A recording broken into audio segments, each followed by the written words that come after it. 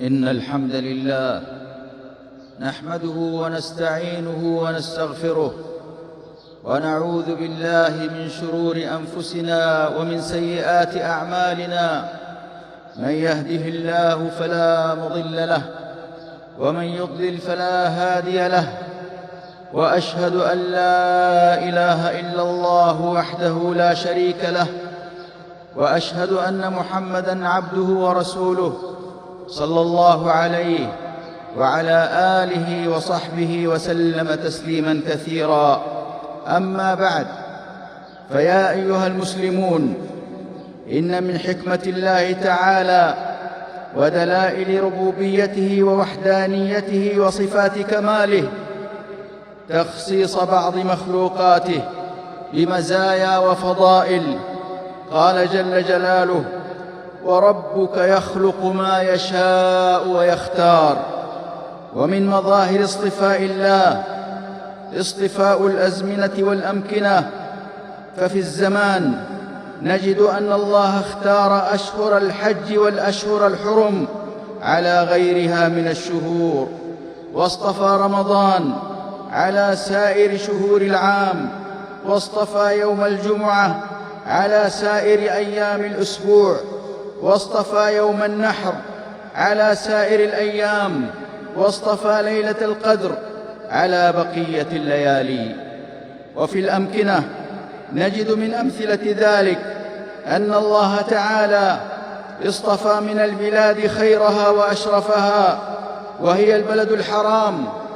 وها نحن عباد الله نشهد في هذه الأيام اجتماع شرف الزمان مع شرف المكان، واقتران الشهر الحرام بالبلد الحرام.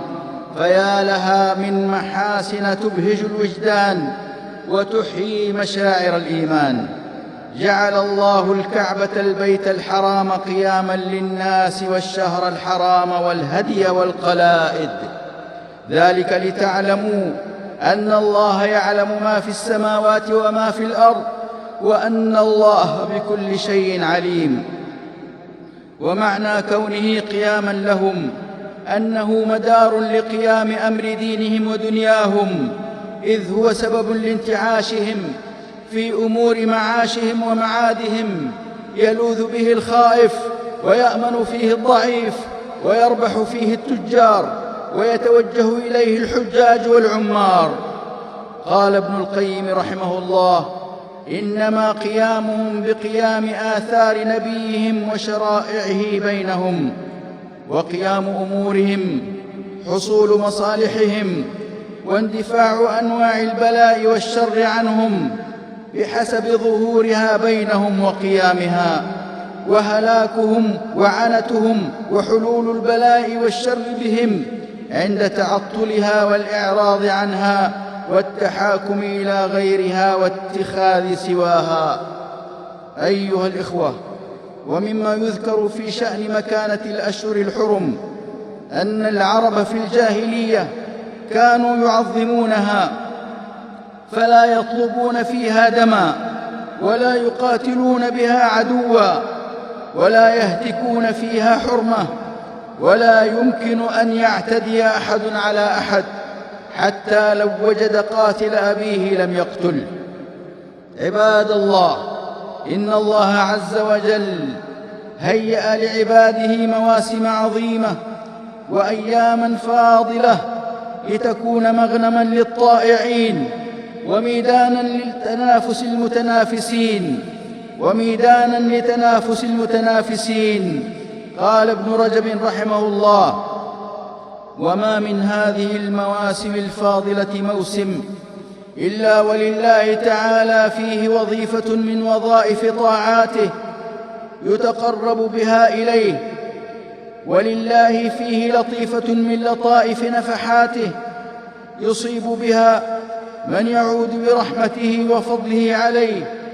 فالسعيد من اغتنم مواسم الشهور والأيام والساعات وتقرب فيها إلى مولاه بما فيها من وظائف الطاعات، فعسى أن تصيبه نفحة من تلك النفحات فيسعد بها سعادة يأمن بها من النار وما فيها من اللفحات.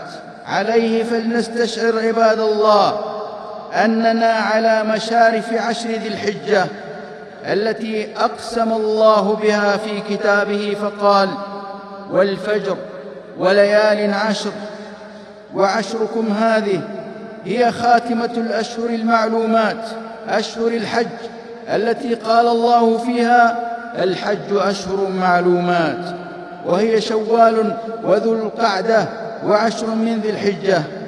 وعشركم هذه في قول جمهور العلماء هي الأيام المعلومات التي شرع الله ذكره فيها على ما رزق من بهيمة الأنعام، فقال سبحانه: وأذن في الناس بالحج يأتوك رجالا وعلى كل ضامر يأتين من كل فج عميق ليشهدوا منافع لهم ويذكروا اسم الله في أيام معلومات على ما رزقهم من بهيمة الأنعام. وعشركم هذه كما ذكر أكثر المفسرين هي العشر التي أتمها الله عز وجل لموسى عليه السلام. قال الله تعالى: وواعدنا موسى 30 ليلة وأتممناها ب10 فتم ميقات ربه 40 ليلة. وعشركم هذه فيها يوم عرفة ويوم النحر. وعشركم هذه من أرفع الأيام قدرا وأجلها ذكرا. وماذا عسانا أن نقول في حقها، وأي وصف يبين حقيقة أمرها، لكن يكفينا في البيان ما ذكره عنها سيد الأنام، إذ يقول عليه الصلاة والسلام: أفضل أيام الدنيا أيام العشر. ويقول صلى الله عليه وسلم: ما من أيام العمل الصالح فيها أحب إلى الله من هذه الأيام.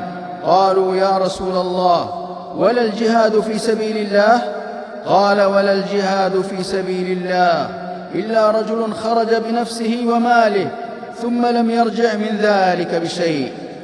فالعمل الصالح في هذه الأيام العشر أزكى عند الله تعالى وأجزل ثوابا، ولا يزهد فيها إلا محروم مغبون، فهي تمر به فلا يقدر لها قدرا لجهله بحقها. لكن المؤمن الموفق قد عرف قدرها وعظم أمرها، فهي موسم رباني ينتظره بشوق ولهفة في كل عام هجري. فإذا من الله عليه فأدركها أقبل عليها إقبال اللهفان، وكان له فيها شأن.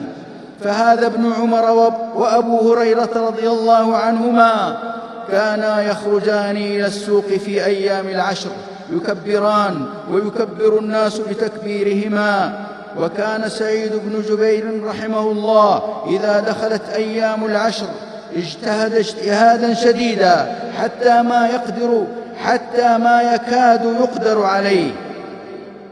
وكان سعيد الجريري رحمه الله يترك التحديث في العشر ويقول: هذه أيام شغل وللناس حاجات، إنها معدودة لكنها خير أيام الدنيا عبر الأزل، يكرم المولى بها أحبابه، فأروا الله بها حسن العمل. إن هذه العشر المباركات من أطيب الأزمنة التي ينبغي أن تستغل دقائقها وساعاتها، وأخصب المواسم التي يحسن أن يتعرض لنفحاتها، وأعذب الموارد التي يتأكد أن تهتب لهباتها. قال ابن حجر رحمه الله: والذي يظهر أن السبب في امتياز عشر ذي الحجة لمكان اجتماع أمهات العبادة فيه، وهي الصلاة والصيام والصدقة والحج، ولا يتأتى ذلك في غيرها. وقال ابن رجب رحمه الله: جعل الله موسم العشر مشتركا بين السائرين والقائمين، فمن عجز عن الحج في عام قدر في العشر على عمل يعمله في بيته يكون أفضل من الجهاد الذي هو أفضل من الحج. فلنجتهد رعاكم الله في استثمار هذه الأيام بالنوافل والطاعات، ولنتقرب إلى الله فيها بما نقدر عليه من الصالحات، وليكن شعارنا فيها ودافعنا إلى البر والإحسان قول الكريم المنان: وافعلوا الخير، كصلة الأرحام ومواساة الأيتام والحض على الإطعام، ولنكثر فيهن من التهليل والتحميد والتسبيح والتكبير وسائر الذكر والدعاء وقراءة القرآن والصيام والقيام، وما يكون فيه خير لنا ونفع لغيرنا من الصلة والصدقة والنصح والإرشاد والتوجيه والتعليم والأمر بالمعروف والنهي عن المنكر. أعوذ بالله من الشيطان الرجيم. فاستبقوا الخيرات أينما تكونوا يأتي بكم الله جميعا. قد قلت ما سمعتم وأستغفر الله لي ولكم. الحمد لله الذي جعل البيت مثابة للناس وأمنا، وأفاض على عباده من جوده فضلا ومنا، وأشهد أن لا إله إلا الله وحده لا شريك له، وأشهد أن محمدًا عبده ورسوله، أفضل من طاف بالبيت وسعى، وأتقى من لبى ربه ودعا، صلى الله عليه وعلى آله وأصحابه ومن سار على نهجهم واقتفى. أما بعد، فيا عباد الله، مما يلحظ أن أيام العشر الفضيلة تقع في آخر العام، فكأنها تعويض للمفرطين والمقصرين، كي يستدرك العبد ما فاته ويستعد لما أمامه، مستحضرا عظمة مولاه، راجيا عفوه ورضاه. فالأعمار تطوى سراعا، والأوقات تمر تباعا، ومع كل يوم يمضي فإن العمر ينقص، والأجل يقترب، والجسم يضعف، والصحة تتراجع، والعوائق تكثر، وفرص الاغتنام تقل. عن خالد بن معدان رضي الله عنه قال: إذا فتح لأحدكم باب خير فليسرع إليه، فإنه لا يدري متى يغلق عنه. فلنحرص على ما ينفعنا، ولنقبل على الله بتوبة نصوح، فقد أوجبها الله علينا جميعا. قال الله جل في علاه: وتوبوا إلى الله جميعا أيها المؤمنون لعلكم تفلحون. وقال صلى الله عليه وسلم: يا أيها الناس توبوا إلى الله، فإني أتوب في اليوم إليه 100 مرة. ونحن إلى التوبة أحوج، وخير الأيام على العبد يوم توبته، كما قال النبي صلى الله عليه وسلم لكعب بن مالك رضي الله عنه حينما تاب الله عليه: أبشر بخير يوم مر عليك منذ ولدتك أمك. وما أجمل التائب يتوب في أحب الأيام إلى الله، ومن صدق في توبته علا في الدرجات، وبدل الله سيئاته حسنات. وما شرفت النفس إلا بالتقى ومجانبة الهوى. قال إبراهيم بن أدهم رحمه الله: أشد الجهاد جهاد الهوى، من منع نفسه هواها فقد استراح من الدنيا وبلاها، وكان محفوظا ومعافى من أذاها. أشد الجهاد جهاد الهوى، وما كرم المرء إلا التقى، وأخلاق ذي الفضل معروفة ببذل الجميل وكف الأذى. والمغبون حقا من فرط في مثل هذه الأيام الفاضلة ولم يغتنمها، وأضاع هذه الخيرات فلم يستبقها. والمحروم صدقا من يهدر أشرف أوقاته في اللهو والباطل والغفلة، ويحصد في غده الندامة والحسرة. وأنذرهم يوم الحسرة إذ قضي الأمر وهم في غفلة وهم لا يؤمنون. ألا وصلوا وسلموا عباد الله على نبيكم، واستكثروا من الصلاة والسلام عليه، مستجيبين لأمر ربكم. إن الله وملائكته يصلون على النبي، يا أيها الذين آمنوا صلوا عليه وسلموا تسليما. اللهم صل وسلم وبارك على عبدك ورسولك محمد وعلى آله وصحبه أجمعين.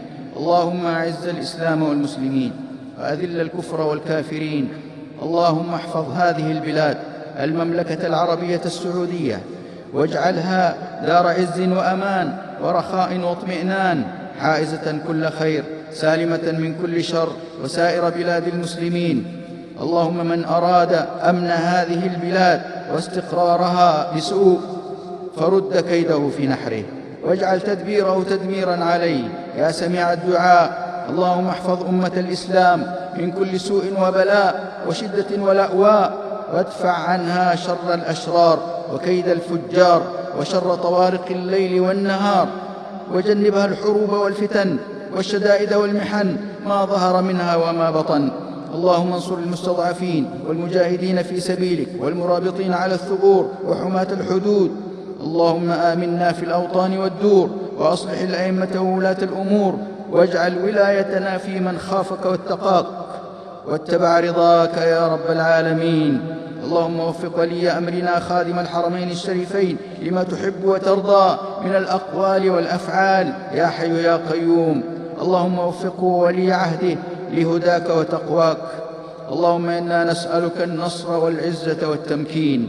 اللهم كن لإخواننا في فلسطين وفي كل مكان يا رب العالمين. اللهم فرج همهم ونفس كربهم وأصلح ذات بينهم وتول أمرهم وسد جوعتهم وآمن روعتهم واجمع شملهم وشتات أمرهم، وامكر لهم ولا تمكر عليهم. اللهم أيقظنا من الغفلات ووفقنا لفعل الخيرات وتدارك ما فات وترك المنكرات، وبلغنا العشر المباركات لاغتنام ما فيها من القربات. اللهم صل وسلم على نبينا محمد المختار وآله الأطهار وصحبه الأخيار.